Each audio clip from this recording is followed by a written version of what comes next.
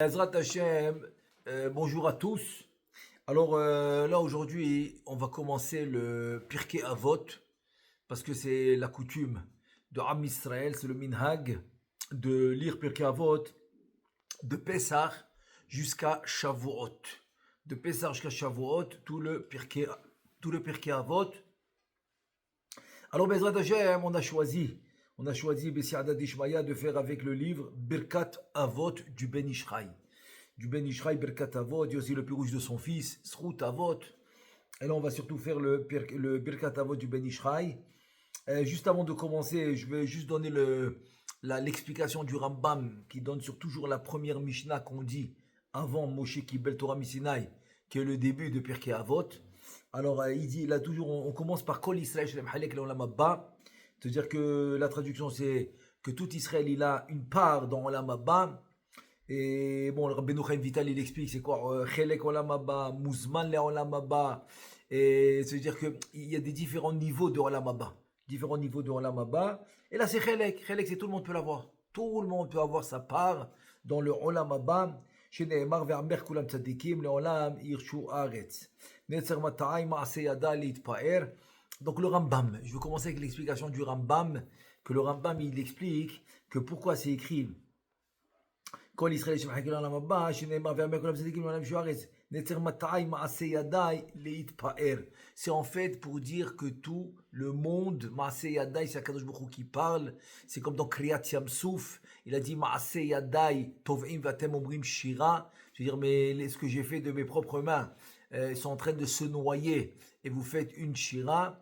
Et donc ça veut dire que quoi? Ça veut dire que finalement, toute la création et toutes les créatures dans ce monde ont un seul but commun. C'est le but commun que tout le monde il a, c'est le kavod d'Akadosh Baruch Hu. C'est-à-dire de faire ce qu'on appelle Kiddush Hashem. De faire Kiddush Hashem, c'est beaucoup plus fort chez le Am Israël parce qu'on a reçu la Torah. Et comme on a l'habitude de dire, le peuple élu, pas pour rien. Pas pour rien, c'est pour la Torah, que la Torah en fait représente la divinité. La Torah c'est Akadosh Baruch Hu. Et comme la Torah c'est la Kadosh Baruch Hu, donc c'est pour cela, c'est la seule raison. C'est la seule raison. C'est pas Chas V'Shalom par Ga'ava ou non, pas du tout. Pas du tout. C'est tout simplement, c'est le Kesher, le lien avec la Torah. Mais à part ça, il y a ce point commun dans toute l'humanité, c'est le kavod et le respect de son créateur, que tout le monde est obligé de reconnaître la création. Donc c'est pour ça qu'il dit Netzer Mata'ay Ma'ase Yadai Litpa'er. Donc au début il dit Kol Israël Shalom Baba, ça c'est très bien. Ve'amer Kulam Tzadikim Leolam Yirshu Aretz. Mais a priori c'est le début du pasouk. Mais la fin du pasouk, Netzer Mata'ay, Mata'ay c'est les plantations que j'ai fait. Ma'ase Yadai Litpa'er, c'est mes créations, c'est mes créatures. C'est-à-dire ça englobe tout le monde, dans le sens que tout le monde tout le monde a l'obligation. Tout le monde a l'obligation de respecter et de reconnaître son créateur dans le monde. Bon, c'était pour commencer la Mishnah qu'on a l'habitude de faire. Ensuite, Moshe Kibel Torah Misinaï Umsara Leoshua Voshua Liskenim. Et là, je vais ramener l'explication de Rabbi Ovadia mi Barthénoura, qui pose une excellente question, extraordinaire. Il dit, attends, je comprends pas. Tu es en train de me dire que Moshe Rabbeinu, il a reçu la Torah dans le Sinaï, il a passé à Yoshua, etc., etc. Mais attends, on est en plein Seder Nezikin, c'est-à-dire au milieu du chasse. Le début du chasse, c'est Seder Zraïm, c'est la première Masechet, c'est Brachot. Ensuite, après Zraïm, tu as Moed. Après Moed, tu as Nashim. Après Nashim, tu as Nezikim. Donc on est dans la quatrième partie du chasse, il y a six parties. Après, tu as Kochim Taharot. Et donc, Nezikim, c'est la quatrième partie. Comment tu me dis que Moshe, il a reçu la Torah du Sinaï à la quatrième partie et au milieu de la quatrième partie du chasse? Excellente question. Tu devais dire que Moshe a reçu la Torah au Sinaï quand? Avant Me'ematai Korenet Shema Be'arvin. Avant de commencer Masechet Brachot. Il répond incroyable. Il dit, écoute, comme Masechet Avot, c'est des dires et c'est du moussard de Chachamim, tu aurais pu penser qu'ils n'ont pas reçu au Sinaï. Tu aurais pu penser qu'ils l'ont dit de eux-mêmes, que les Chachamim sont venus, ils t'ont enseigné du moussard, ils t'ont enseigné du moussard pour comment te comporter, des expériences de la vie, voilà, expériences de la vie des Chachamim sont venus t'enseigner. Tu dis pas du tout, pas du tout. Même le moussard qu'on a reçu, il vient de Sinaï. Alors que si tu avais mis ça au début de la Masechet, non, c'est pas que si tu avais, c'est que tu n'as pas besoin. Tu n'as pas besoin de mettre ça au début de la Masechet. Pourquoi? Parce que quand tu me dis, mais Matai, Korin et Shema, Be'arvin, qui est le début du chasse, c'est quand je vais faire Kriyat Shema, ça tout le monde est d'accord. Tout le monde est d'accord que c'est à la Chale Moshe Misinaï, que tout le chasse, c'est à la Chale Moshe Misinaï. Mais les dires et les paroles et le moussard des Chachamim, non, j'aurais pu dire que c'est eux qui se l'ont dit, c'est pas la Chale Moshe Misinaï. C'est pas, on l'a pas reçu au Sinaï. Il te dit, Rabbeinu va dire partout, c'est la raison pour laquelle on va venir au milieu du chasse et on va te rappeler que Moshe qui bel Torah Misinaï et on va te donner tout le Pirkei Avot pour te dire que même les conseils des Chachamim sont venus du Sinaï. Extraordinaire. Très belle explication, je l'aime beaucoup. Aussi pour une raison que l'homme il pense que par l'expérience de sa vie, etc., il pense qu'il a le émet, il a la vérité. Il pense qu'il peut conduire sa vie par son expérience de la vie. Et selon ce qu'on vient de dire maintenant, ça va pas. Ça va pas parce que même les conseils, c'est pas de l'expérience de la vie que les Chachamim ont eu. Pas du tout. Même les conseils, c'est qu'ils l'ont reçu au Sinaï par la divinité, par le Créateur, par Akadosh Baruch Hu qui nous l'a ordonné au Sinaï aussi. Aussi comment se comporter et comment voir la vie du bon œil. Ok, je ferme la parenthèse et là je attaque tout de suite l'explication du Ben Ishraï, Berkat Avot. Il dit Moshe Kibel Torah Misinaï, il dit Yuvan Besiata Dishmaya Lefaresh. Il dit, Bezrat Hashem, on peut expliquer de la manière suivante. Ki ata'am shenitna Torah mizvotea alidei shaliach. Ça veut dire que maintenant, tu vois que le point principal de cette Mishnah qui dit que Moshe Kibel Torah Misinaï, Umsar el Yoshua, ça veut dire que la Torah a été donnée par un messager, par un shaliach, et qui s'appelle Moshe Rabbeinu. Parce que c'est écrit, Moshe l'a reçu au Sinaï, il l'a transmis à Yoshua. Yoshua l'a transmis aux Skenim. Les Skenim, ça représente aussi les Shoftim, la période des Shoftim. Et les Skenim, les Shoftim, aux Nevi'im, ils ont un Tcheken Zagdola, etc. Donc tu vois que c'est un shaliach qui a reçu d'Akadosh Baruch Hu et qui l'a transmis. Il veut expliquer maintenant pourquoi. Pourquoi la Torah doit être donnée par un shaliach qui est Moshe Rabbeinu alav shalom et on ne l'a pas écouté nous directement. Velo sham'u Yisrael kol la Torah kula mipi Akadosh Baruch Hu et que le Ham Israël n'a pas écouté lui-même la Torah d'Akadosh Baruch Hu. Il dit la raison c'est la suivante. Ata'am ha'echad hu mipene ki sachar ha-mitzvah tzarich liyot nitri. Ça veut dire que quoi? Ça veut dire que la récompense de la mitzvah, elle doit être nitri. Nitri, ça veut dire, elle doit être qui se finit jamais, quoi. Elle doit être à tout jamais. À tout jamais, c'est nitri. Alors que dans ce monde, non. Ce monde, il n'est pas de nitri. Il a une fin. Alors que la mitzvah n'a pas de fin. C'est pour cela qu'on va voir plus tard, dans les Mishnayot de Pirkei Avot, on va voir que le schar mitzvah behai alma leka, que la récompense de la mitzvah dans ce monde, il n'y en a pas. C'est ça la raison. La raison pourquoi dans ce monde il n'y a pas de récompense, parce que la récompense elle est nitrite, elle est à tout jamais, alors que dans ce monde il a une fin. Et alors que ce monde il a une fin. De la même manière que la mitzvah, elle est nitrite, c'est spirituel, elle n'a pas de fin. Donc la récompense aussi de la mitzvah qui n'a pas de fin ne doit pas avoir de fin. Il dit, ve'im ken, si c'est ainsi. Ok, si c'est ainsi. Donc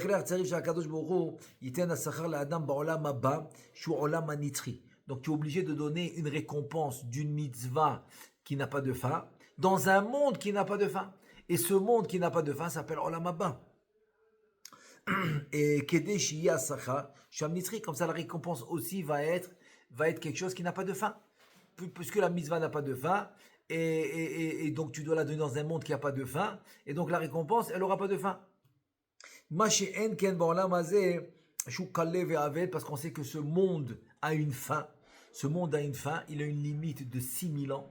Le monde tel qu'on le connaît aujourd'hui, il a une limite de 6000 ans, pas plus. On est en 5785, donc il reste 15 ans. il reste 15 ans exactement. 15 ans, voilà, il reste exactement 15 ans pour 6000 ans. Pardon, 2215. 215, pardon. Il reste 215 ans, pardon. 5785 plus 15, ça fait 5800 et 200, voilà. Et 200, ça fait 6000. 215 ans, il reste exactement. C'est la fin de ce monde.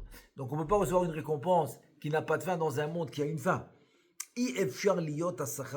Donc la récompense ne peut pas être sans fin quand ce monde a une fin. Akadosh Baruch Mekayem Kol Torah Kula.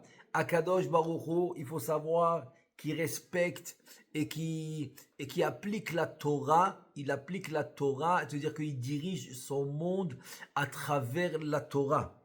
Et dans la Torah c'est écrit, Beyomo titen tsecharo. La Torah dit que Beyomo, ça veut dire que quand tu vas faire travailler quelqu'un, tu vas lui l'employer, et donc tu es obligé de lui donner le jour même. S'il a travaillé le jour, tu as la nuit pour lui payer. S'il a travaillé la nuit, tu as la journée pour lui payer. Mais tu ne dois pas attendre. C'est pour ça que le Harizal, alav shalom, il rentrait pas pour faire mincha. C'est pour ça que des fois il était en retard à mincha que pour ça.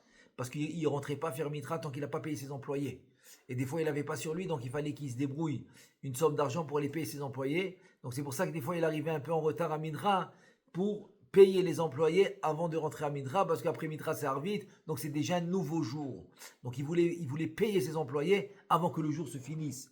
Ça s'appelle Beyomo Titen Secharo. C'est un pasouk dans la Torah. Et donc Akadosh Baruch Hu se comporte selon la Torah. Ve'imken ba'avur zeh tsarir leshalem lo asachar ba'olam hazeh. Donc c'est pour ça que si maintenant Akadosh Baruch Hu nous ordonne la Torah, et la Torah dit que Beyomo Titen Secharo, qu'on doit recevoir la récompense le même jour, et donc c'est le salaire par rapport à l'employé, et pour nous ça va être la récompense. Donc il va être obligé, kaviachol, il va être obligé de nous payer le même jour.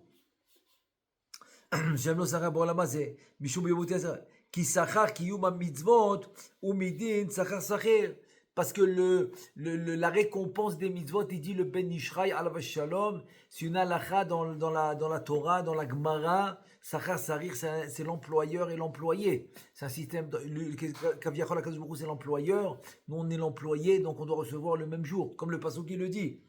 Ve'ashtam imanavsha, imiten ba'olam hazeh kedei lekayem. Maintenant, si HaKadosh Baruch Hu donne la récompense dans ce monde, pour respecter le pasuk qui dit Beyomo titen secharo, lo efshar liot asachar nitzri, donc la récompense ne peut pas être éternelle. Et s'il donne la récompense dans le monde futur pour que la récompense soit éternelle, il te dit lo efshar lekayem beyomo titen secharo, donc il ne peut pas réaliser le pasuk de la Torah de donner la récompense le même jour. Asher alken, c'est pour cela, les sibazot natan akadosh baruch hu a Torah al-yedei shaliach, c'est pour la raison pour laquelle Akadosh Baruch Hu, il a donné la Torah à un shaliach par un intermédiaire. Il a donné la Torah pourquoi? C'est Moshe Rabbeinu alav shalom, ça a été l'intermédiaire. Maintenant on va comprendre pourquoi la Torah a été donnée par l'intermédiaire qui s'appelle Moshe Rabbeinu alav shalom, shehu haya shomea advarim mipi hagvura ba umelamda l'Israël. Il écoutait la Torah d'Akadosh Baruch Hu, il enseignait au Am Israël, comme la Maseret de Hiruvin elle explique. Akadosh Baruch Hu, il écoute Moshe Rabbeinu, il écoute d'Akadosh Baruch Hu, ensuite il vient enseigner à Aaron, ensuite il enseigne à les enfants d'Aaron, ensuite jusqu'à qu'il enseigne à tout le Am Israël. Donc ça s'appelle Moshe Kibel Me'agvura, il a reçu d'Akadosh Baruch Hu. Et ensuite il enseigne au Am Israël. Donc lui c'est le messager, c'est l'intermédiaire. V'ine nimtza bazeh shaita asrirut shel kiyum haTorah al yedei shaliach. Donc ça veut dire que quoi? Ça veut dire que la srirut, ça veut dire en fait le salaire de la Torah, et l'engagement, c'est-à-dire l'engagement qu'on a eu de la Torah a été par un intermédiaire, par Moshe Rabbeinu. Et maintenant on a une halakha. Il dit le Ben Ishraï, on a une halakha. Vekaim malan dans une halakha dans Choshen Mishpat. Il y a 4 parties dans le Shulchan Aruch. Il y a Orach Chaim, Yoredea, Even Haezer, Choshen Mishpat. Choshen Mishpat, c'est la 4e partie. Dans le Siman Shidlametet 339, Saïf Vav, dans le Saïf, c'est la halakha 6, il dit comme ça. Asocher Sacher, Al-Yede Shaliach. Celui maintenant que, par exemple, j'ai besoin d'un employé, il dit le Shulchan Aruch, j'envoie mon ami et je lui dis, va me chercher cet employé et comme ça tu l'engages pour moi. Ça veut dire que c'est l'intermédiaire qui engage l'employé pour quelqu'un d'autre. Et non envers Mishum Biyomo Titen Zero. Donc maintenant, le Baal Habayit, celui que vraiment il paye l'employé, ne va pas transgresser le passouk qui dit Beyomo Titen Secharo, tu lui donneras sa récompense le même jour.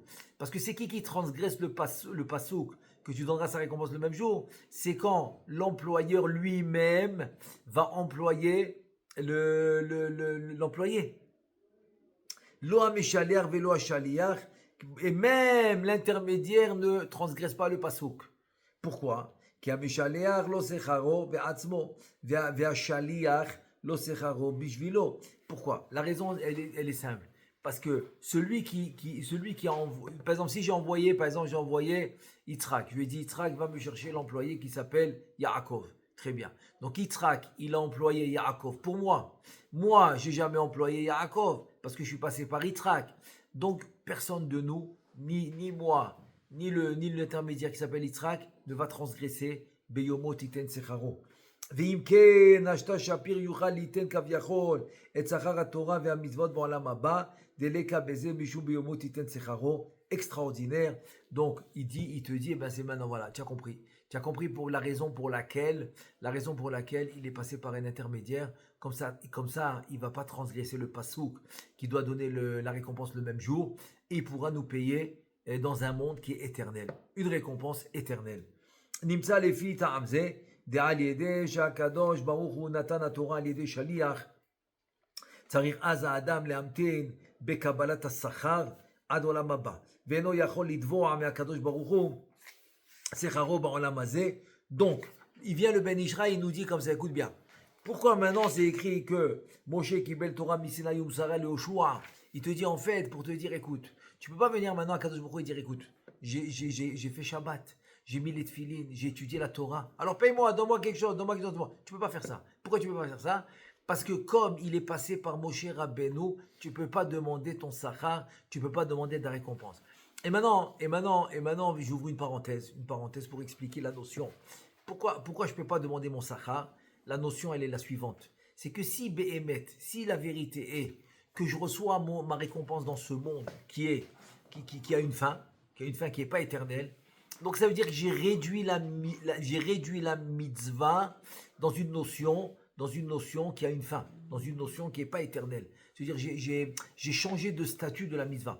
Et ça c'est possible. Ça c'est possible quand l'homme ne va pas donner l'importance à la mitzvah. Si l'homme maintenant il donne très peu d'importance à la mitzvah, donc ça vraiment on va rentrer dans une catégorie catastrophe. Catastrophe que quoi? Et sur ça que Kaviachol, que Akadosh Baruch Hu, il va donner le Sachar au Rechaim dans ce monde. Parce que si tu me dis que la mitzvah n'a pas de prix dans ce monde, parce qu'il a une fin, il faut un monde éternel. Comment tu peux payer les Rechaim? Comment c'est possible? Parce que tu dis que tu vas payer les Rechaim dans ce monde, comme ça, Olam Haba, ils n'auront rien. Ah, il te dit, c'est très simple. Parce que eux, ils n'ont aucune considération de la mitzvah. Quand il a fait une mitzvah, c'est ou par erreur, ou par intérêt, ou pas parce qu'il voulait faire la mitzvah. Mais si maintenant, ça peut arriver que ce rachat, il va faire la mitzvah, pas par intérêt, parce qu'il a conscience de l'importance de la mitzvah, il va la faire, donc c'est sûr qu'il aura la récompense de la mitzvah, même s'il est ce qu'il est. Et sur ça, je vous raconte une vraie histoire que j'ai connue. J'ai connu les détails de cette histoire.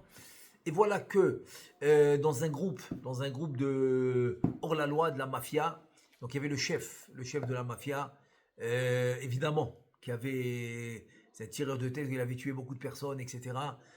Donc il était recherché et Baruch Hashem toujours il arrivait à s'en sortir. Baruch Hashem dans le sens que ils font les 400 coups, ils arrivent à s'en sortir quoi. Et en deux mots. Cet homme-là, tout le monde le connaissait en Israël. S'il appelle quelqu'un, et la personne ne vient pas, c'est très dangereux pour lui. Et donc ça veut dire que c'est dangereux doublement. Si la personne ne vient pas à son appel, alors c'est sûr qu'elle a un problème. Et si elle vient à son appel, aussi elle peut et elle peut être en danger. Et donc en 2 mots, il n'y a pas le choix. Et voilà que cet homme-là, la tête de la mafia, il fait appel au Rav, le Rav de la ville. Le Rav, il dit, attends, mais pourquoi il m'appelle celui-là? Bon, il connaît le système. Il dit, j'ai pas le choix. J'ai pas le choix, parce que si je vais pas, c'est sûr que ils viennent à la maison, ils font un massacre. Bon, il dit, je vais. Bezrat Hashem. Il prie Hashem, il dit, écoute, si tu m'as envoyé cet appel, c'est qu'il y a une raison. Je vais. Et il va. Il arrive là-bas, à sa surprise, il voit sa tête de mafia, c'est la tête de la mafia, dans un lit vraiment malade. Malade. Et comment ça va et tout? Tu m'as appelé pour te faire une bracha, refoua chez les mains. Il dit non. Il dit non, je t'ai appelé pour que tu me maries. Te maries avec qui? Avec mon ex-femme. Mais est-ce qu'elle est d'accord? Bien sûr qu'elle est d'accord. Et pourquoi tu veux te marier avec ton ex-femme? Il dit parce que le docteur il lui a dit qu'il lui reste 3 mois à vivre. Et il lui ramène les dires de la Gemara, que la Gemara a appris du Passouk, que Esav, il a pris la fille de Ishmaël, qui s'appelle Mahalat bat Ishmaël, comme ça il dit le Passouk. Et Chachamim, ils apprennent de ce Passouk, le mot Mahalat, ça vient du mot Mehila, pardonner. Ils apprennent de là que le Khatan qui se marie sous la choupa, il est pardonné de toutes les fautes. Comme ça, ils ont appris Chachamim. Donc, ça veut dire que le Khatan, on a appris ça de Esav. De Esav qui a pris comme femme la fille de Ishmaël, Machalat s'appelait, du mot Mechila, pardonné. Et donc, il a dit, attends, il a dit maintenant, je sais ce qui m'attend, je sais ce qui m'attend. Et donc, maintenant, en me mariant avant de partir, eh ben, tous mes fautes vont être expiées, vont être pardonnées. Donc, comme ça, je peux partir tranquille. Le Rav, il écoute ça, il dit, waouh, il n'en revenait pas, quoi. Quel pile-poule il a fait, incroyable et tout, top. Ok, alors il appelle la femme, il dit voilà, il veut se marier. Après, il demande à la femme, attends, est-ce que tu veux te marier avec lui? Attends, tu as divorcé pourquoi? Tu as divorcé parce que tu voulais pas être avec lui. Lui dit, t'inquiète pas. Il m'a appelé, il m'a parlé, il me donne 5 millions de dollars. Alors, c'est pas grave, je vais être avec lui 3 mois. 5 millions de dollars, ça vaut le coup. Attends, où tu vois quelqu'un qui travaille 3 mois à 5 millions de dollars? Il y en a qui travaillent toute leur vie. 70 ans, ils n'ont pas comme économie 5 millions de dollars. Moi, je l'ai fait en 3 mois. Ça vaut le coup. Et il lui dit, tu as raison. Tu as raison. Ok, ils passent au tekes, ils font la choupa, kiddushin, ils font tout ce qu'il faut. Et tout va bien, bon Hachem. Le mariage a été fait en bonne et due forme. Ktouba, signature, témoin, tout a été fait. Magnifique. Évidemment, oui, donc voilà, donc l'histoire qui continue. 3 mois plus tard, il décède. Il décède comme les docteurs ils ont dit. Et le Rav, il a dit, je suis obligé d'aller au Esped. Je suis obligé d'aller à l'enterrement. Parce qu'il était encore ému de la façon d'agir de cette tête de mafia. Et il va là-bas, et tout le monde était étonné de voir le Rav. Attends, dans la tête de mafia qui meurt, il n'y a pas des rabbinim qui viennent. Ça va pas ensemble. Mais il leur a dit, écoutez, je suis venu parce que j'ai envie de parler. Avec plaisir. Il n'y a aucun Rav qui va parler. C'est maximum ses copains, là. Ses copains qui tuent les têtes et, je sais pas moi, les tireurs de tête. C'est maximum eux qui vont parler, c'est les copains. Un Rav, va cacher, bien sûr, bien sûr. Il le laisse, il dit, tu crois, tu as la parole et tu es le seul à parler, vas-y. Vas-y, dis ce que tu veux. Le Rav, il monte. Il dit, je veux dire quelque chose. Et il raconte l'histoire. Il raconte l'histoire que cet homme, regardez ce qu'il a fait, il a payé 5 millions de dollars pour le mariage avec son ex-femme, pour se faire pardonner.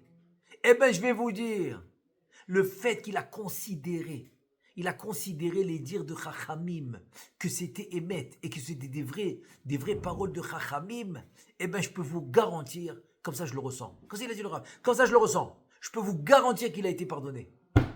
Pourquoi? Parce qu'il a considéré. Attends, de quoi? Tu vois, on parle de la tête de la mafia, attends, il tue les gens et tout, ce que tu veux, mais le fait qu'il a considéré les paroles des Chachamim, il a été pardonné.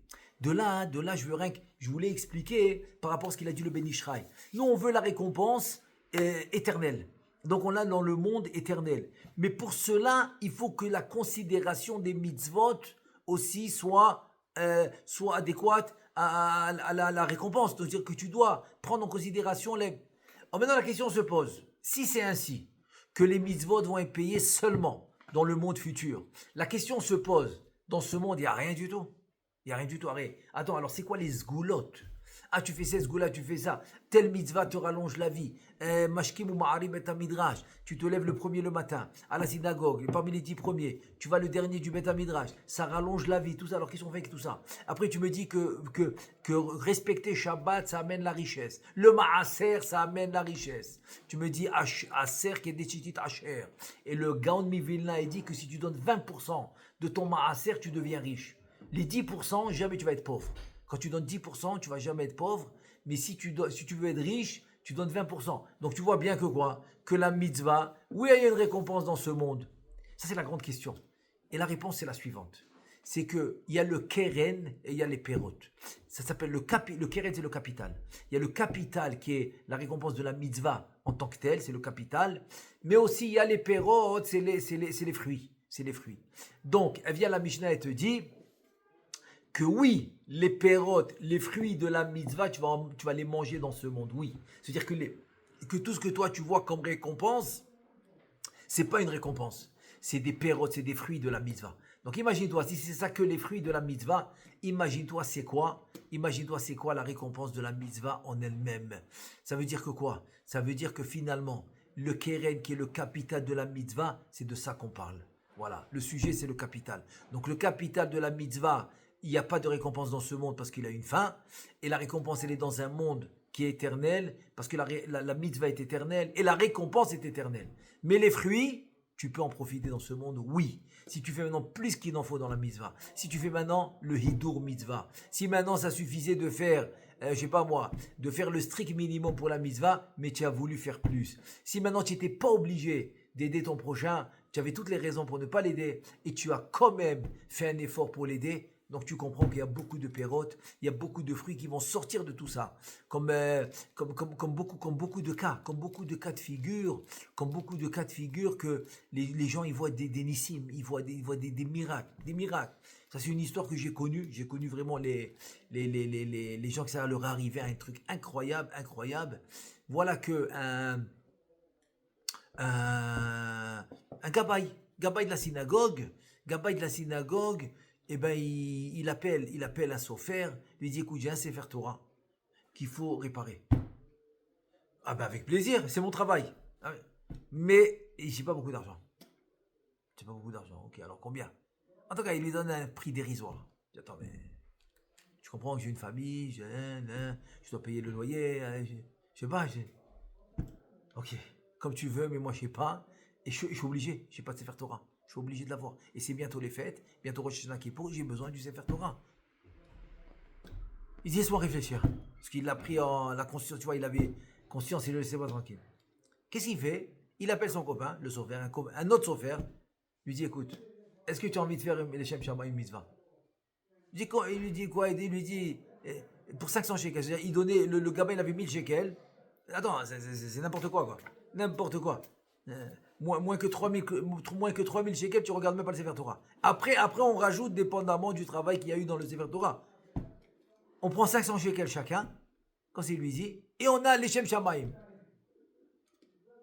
Je dis, attends, mais ok, tu sais quoi, si c'est toi, je t'aime beaucoup, allez, les Shem Shamaim, on le fait. Ils ont pris à deux le Sefer Torah, et ils l'ont fait. Combien de Hamoudim dans le Sefer Torah? Ah, j'ai pas besoin de 67 ou 68, je pense, 68. 67 ou 68, Hamoudim, bien, très bien. Et donc, ils l'ont réparé le Sefer Torah. C'est-à-dire, ils ont fait diviser en deux, quoi. 30 et quelques chacun. Ils ont fait moitié-moitié, ils l'ont fait. L'histoire est finie. Voilà que ces deux amis-là, ils étaient tellement proches qu'ils avaient une raison d'aller aux États-Unis pour une mitzvah. Et voilà qu'ils se retrouvent les deux là-bas. Et ils ont loué une voiture, ils roulaient. Et à certains moments, un lui dit j'ai besoin des toilettes. Mais on est en pleine route, il n'y a pas de toilettes. Et finalement, pour faire l'histoire courte, il y avait un cimetière Goy. Ok? Et c'est tout ce qu'il y avait sur la route. Il dit écoute, je t'arrête ici, c'est sûr qu'il y a des toilettes ici. Il lui dit ok, c'est bon. Ils viennent pour rentrer au cimetière, il y a un garde. Il dit le ID. En anglais, c'est ID. ID, c'est quoi? C'est l'identité. Bon, il ne pouvait pas se retenir, il voulait les toilettes. Il a donné son passeport. Et l'autre aussi, il a donné son passeport, ils sont allés aux toilettes. Ok, ils reviennent, ils reprennent leur passeport, ils s'en vont. Hein, qui les laisse tranquilles, quoi. Très bien. Voilà, quelques semaines passent et chacun d'eux reçoit un appel d'un avocat aux États-Unis. Et pourquoi? Qu'est-ce qu'ils en a fait? Non, chacun vous avez reçu, que je ne me trompe pas, si c'est 68 à Moody, vous avez reçu 68 000 $. Un chèque. Mais d'où on a reçu un chèque de 68 000 $? Qu'est-ce qu'on a fait pour recevoir ce chèque? Il dit, vous savez quoi? Que vous étiez à l'enterrement de quelqu'un qui n'avait pas d'enfant et qui a marqué dans son will c'est le testament, il a marqué que tout celui qui va à son enterrement, il reçoit une somme d'argent. Et vous étiez là-bas. Donc ils se sont rappelés que le fait qu'ils sont allés aux toilettes et que l'autre il a pris le passeport, en fait, parce que c'était l'enterrement de cet homme-là, de ce goy. Donc regarde-moi ça, ils ont reçu exactement en dollars fois 1000 selon les Hamoudim. S'il y a 68, donc 68 000. Ils ont reçu une vraie histoire. Tu vois, ça s'appelle la mitzvah, ça? Pas du tout, c'est pas la mitzvah, ça. Ça, c'est les pérotes. C'est les pérotes, c'est les fruits de la mitzvah. C'est les fruits de la mitzvah qu'on reçoit. Maintenant, je veux juste finir avec une très très très belle histoire par rapport à ce qu'on a dit que quoi? Au début, on a parlé que Akadosh Baruch Hu, qu'est-ce qu'il fait? Il va se comporter selon la Torah. Alors, sur ça, on raconte une histoire incroyable au temps du Maharshal. Le Maharshal, Rabbi Shlomo Loria, qui avait une yeshiva. Et voilà qu'un de ses élèves, qui est au Kollel, un avrer, il a perdu sa femme très jeune. Et voilà que après le décès de sa femme, un an ou quelques mois ou un an, il passe, et le Rav, il remarque que son élève, il est très très très triste. Il appelle, lui dit, mais pourquoi tu es triste comme ça? Qu'est-ce que tu as? Je comprends que c'est pas facile, mais qu'est-ce que tu as? Il lui dit, écoute, je suis jeune, mais les enfants, ils sont jeunes, j'aimerais bien me remarier. Et le Rav lui dit, alors pourquoi pas? Qu'est-ce qui te manque? Tu peux te remarier. Il lui dit, mais le problème, c'est que j'ai fait un serment. J'ai fait un serment à ma femme, avant qu'elle décède, je voulais pas lui... Elle m'a demandé de lui faire un serment que je ne vais pas me remarier, et je voulais pas lui faire de la peine, donc j'ai fait le serment. Donc maintenant, je suis coincé. Je ne peux pas me remarier. Le Maharshal, il le regarde et dit, écoute, selon la Torah, tu as le droit de te marier. Donc, je t'ordonne de te marier. Il n'y a pas de problème. Il dit, ouais, oui, et le serment? Il lui dit, t'inquiète pas, je l'annule. Vas-y, tu peux te marier. Et voilà que, bon, Hachem, il fait un chidour, et il se marie, et pas longtemps après, il décède. Tout le monde disait, ne comprennent pas. Ils viennent annoncer ça au Rav. Il dit, tu sais, le Bachour, le que tu lui as dit qu'il peut se marier, etc. Et voilà, qu'est-ce qu'il fait le Rav? Le Rav, il dit comme ça, il va chez Chevra Kadisha, il leur dit, écoutez, il a écrit un papier, il a dit à Chevra Kadisha, ce papier, vous le mettez avec le corps dans la tombe, mais vous ne la fermez pas complètement. Rien que vous recouvrez très légèrement, mais vous mettez pas encore tout le sable, et vous partez. Et vous mettez ce pétec là-bas. Et voilà que, après l'enterrement, que tout le monde est parti, ce Avrer, il s'est levé. S'est levé de la tombe, et il a triatamété, il a revu. Alors maintenant, il voulait savoir qu'est-ce que le Rav a écrit dans le pétec. Le Rav, il a écrit la chose suivante. Il dit, l'Ichvod, en l'honneur du Beddin. En l'honneur du Beddin, il leur a dit, écoutez, vous avez pas le droit de le prendre, parce que moi j'ai été possèque, j'ai donné un psak et une décision de la Torah qu'il avait le droit de se marier. Donc vous n'avez pas le droit de le prendre à cause du serment. Et donc quand le Beddin il a vu ça, donc ils l'ont ramené, ils l'ont fait revivre, et donc il y a eu Triatametim. Et de là, voilà, je voulais rajouter, c'est ce qu'on a dit au début, que parce que la Torah elle a dit, quand le possèque, le décisionnaire, il va décider que c'est ça la Torah qui a été possèque et qui donne la halakha, et bien même le Beddin, Shelma, Laya, Kadosh, Boko, ils sont obligés de se comporter selon le psak, la décision de la Torah, et c'est pour ça qu'il a revécu. Donc voilà, ça c'est pour le début de Pirkei Avot. Bezrat Hashem, on continuera la prochaine fois. Baruch Adonai Le'olam, Amen ve Amen.